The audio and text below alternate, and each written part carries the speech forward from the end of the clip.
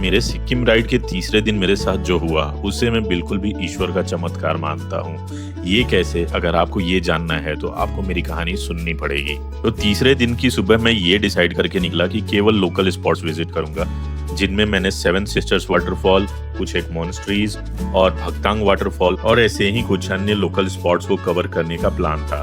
मगर वापस आते आते बिल्कुल अंधेरा हो गया। मैं वापस जब गैंगटॉक पहुंचा तो 5:45 हो चुके थे और मेरी लिस्ट में अभी भी कम से कम 2 स्पॉट्स बचे हुए थे, जिसमें गणेश टोक और हनुमान टोक थे। तो रिव्यूज की बेसिस पे मैंने डिसाइड किया कि मैं हनुमान टोक जाऊंगा, गणेश टोक अगली बार कवर करेंगे।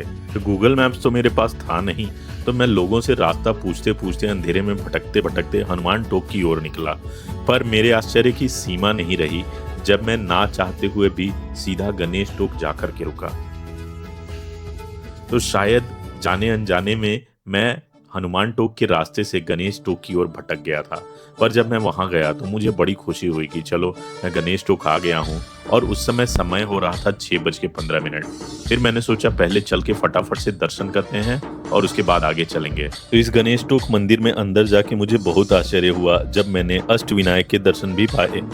तो महाराष्ट्र के बाहर पहली बार मुझे अष्टविनायक के दर्शन हुए और बहुत अच्छा लगा। मंदिर के अंदर फोटोग्राफी अलाउड नहीं है, नहीं तो आपको भी दिखा सकता था। फिर वहां से घने अंधेरे में मैं एक बार फिर से बाहर निकला तो मेन रोड पर एक बिल्ली मेरा रास्ता काटते काटते रुक गई। यूं तो मैं बिल्ली वाले अंधविश्वास को नहीं मानता, पर अगर एक सेकंड के लिए मान भी लें तो मुझे ऐसा लगा जैसे गणेश जी ने विघ्नहर्ता का काम करके विघ्न हर लिया हो। इसे मैं पॉजिटिव साइन समझकर आगे बढ़ा। एक कम घने जंगल और अंधेरे रास्तों में धीरे धीरे आगे बढ़ते बढ़ते मैं फाइनली हनुमान टोक पहुंचा। यहाँ आके भी मुझे डर था कि कहीं मंदिर बंद ना हो गया हो, पर मैंने 2 लोगों को देखा जो ऐसा लगा कि मंदिर के गार्ड्स हैं। मैंने उनसे रिक्वेस्ट किया कि सर मंदिर खुला रखना कम से कम 5 मिनट के लिए। तो उन्होंने जो जवाब दिया वो सुनकर मन खुश हो गया। वो बोले कि हम भक्तों के लिए रात 8 बजे तक मंदिर खुला रखते हैं।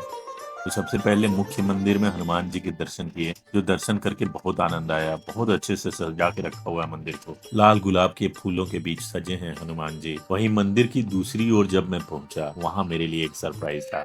मैं हूं भोले बाबा का भक्त और वहां पे एक शिवलिंग है और एक बाल्टी रखी हुई है जिसमें पानी भरा है और साथ में एक लोटा भी है। तो मुझे तो आनंद आ गया, मुझे जल चढ़ाने का मौका मिला। तो एक ट्रिप पे रहते हुए ऐसा मौका मिल पाना मुझे सच में एक चमत्कार से कम नहीं लगता। और आज के दिन जो भी हुआ वो सब मुझे एक चमत्कार ही लगता है। गणेश टोक जाना, बिल्ली का रास्ता काटते काटते रुकना और फाइनली जल चढ़ाने का मौका मिलना, ये सारा एक्सपीरियंस अजीब सा है जिसे मैं कभी नहीं भूल पाऊंगा। चलो चलो चलो। तो जो लोग भक्त हैं शायद वो मेरी बात समझ पाएंगे।